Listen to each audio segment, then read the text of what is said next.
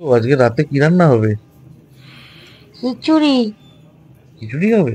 কি হুম। দিয়ে হচ্ছে খিচুড়ি শুনি? এই যে শীতের সব নতুন সবজি দিয়ে। কি সবজি দেবে? ফুলকপি, বিনস, সিম, আলু, টমেটো, কুমড়ো, লঙ্কা, মূলো। সরি, লঙ্কা তো দিতেই হবে। তো লঙ্কা ছাড়া কি আর ঝাল হবে? ঝাল তো একটুখানি লাগে, আমি আবার ঝালে খেতে একটুখানি ভালোবাসি বেশি। ওই জন্যই তো অনেকগুলো দিয়েছি। উম, সাথে বেগুনি আর আলুর বড়াও করবো। তোমার ফেভারিট না? যাক, খুব ভালো তাহলে। আমাদের রাতের খাওয়াটা জমে যাবে, তাহলে কি কাঠেই করা যাক বলো? হ্যাঁ, চলো।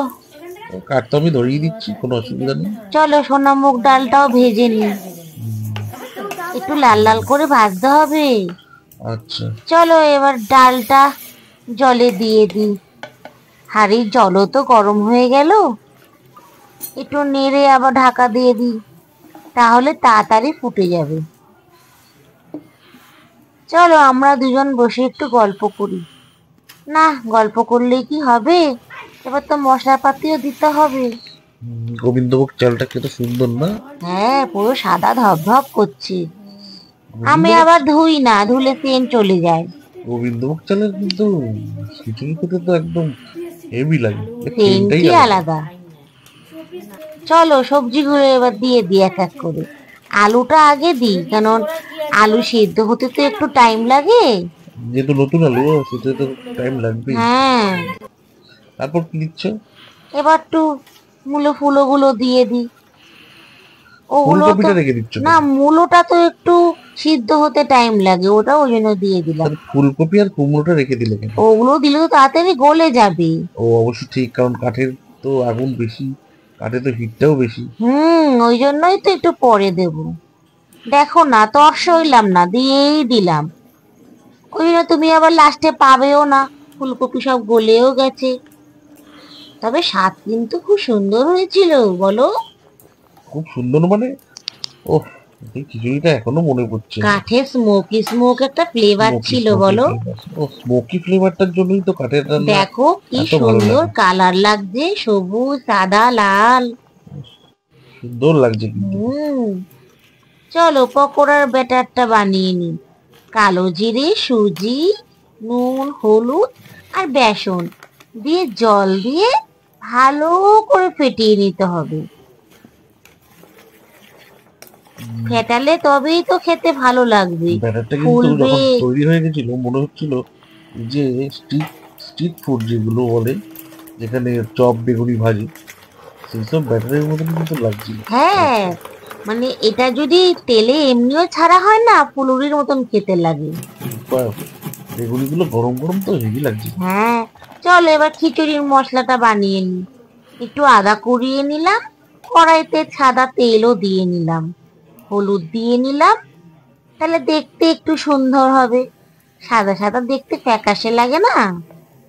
সাদা সাদা গুলো তো আমাদের সিদ্ধ ভাব ভাব ভাব বেরলো কি। ওই জন্যই তো হলুদ দিয়ে খিচুড়ি। চলো এবার গোটা গরম মশলাগুলোও দিয়ে নিই। শুকনো লঙ্কা, তেজপাতা, জিরে। কড়াইটা এত তেতে গেছিল, মশলাটা আমার পুড়েই গেছিল। যাক, পুড়ে গেল, খেতে কিন্তু ভালোই হয়েছিল, বলো। খেতে সুপার হয়েছে। আরে, একটুখানি পিকনিক পিকনিক হ্যাঁ, ফিভার লাগছিল। একটু পিকনিক পিকনিক আমেজ হয়ে গেছিল, পুরো আমেজ হয়ে হেভি গেছিল। লাগছিল ব্যাপারটা। ব্যাপারটা পুরো জমে ক্ষীর। সেদিন ঠান্ডাটাও কিন্তু বেশ পড়েছিল। পড়েছিল। তাই জন্যই তো খিচুড়ি খাওয়ার মন গেল। তুমিও আবার হঠাৎ করে বললে খাবে। এটা যা হয়েছিল আমি এখনো পর্যন্ত বলতে পারছি না। আর ভিডিওটা করার পর আপনাদের সঙ্গে শেয়ার না করে আর থাকতে পারলাম না।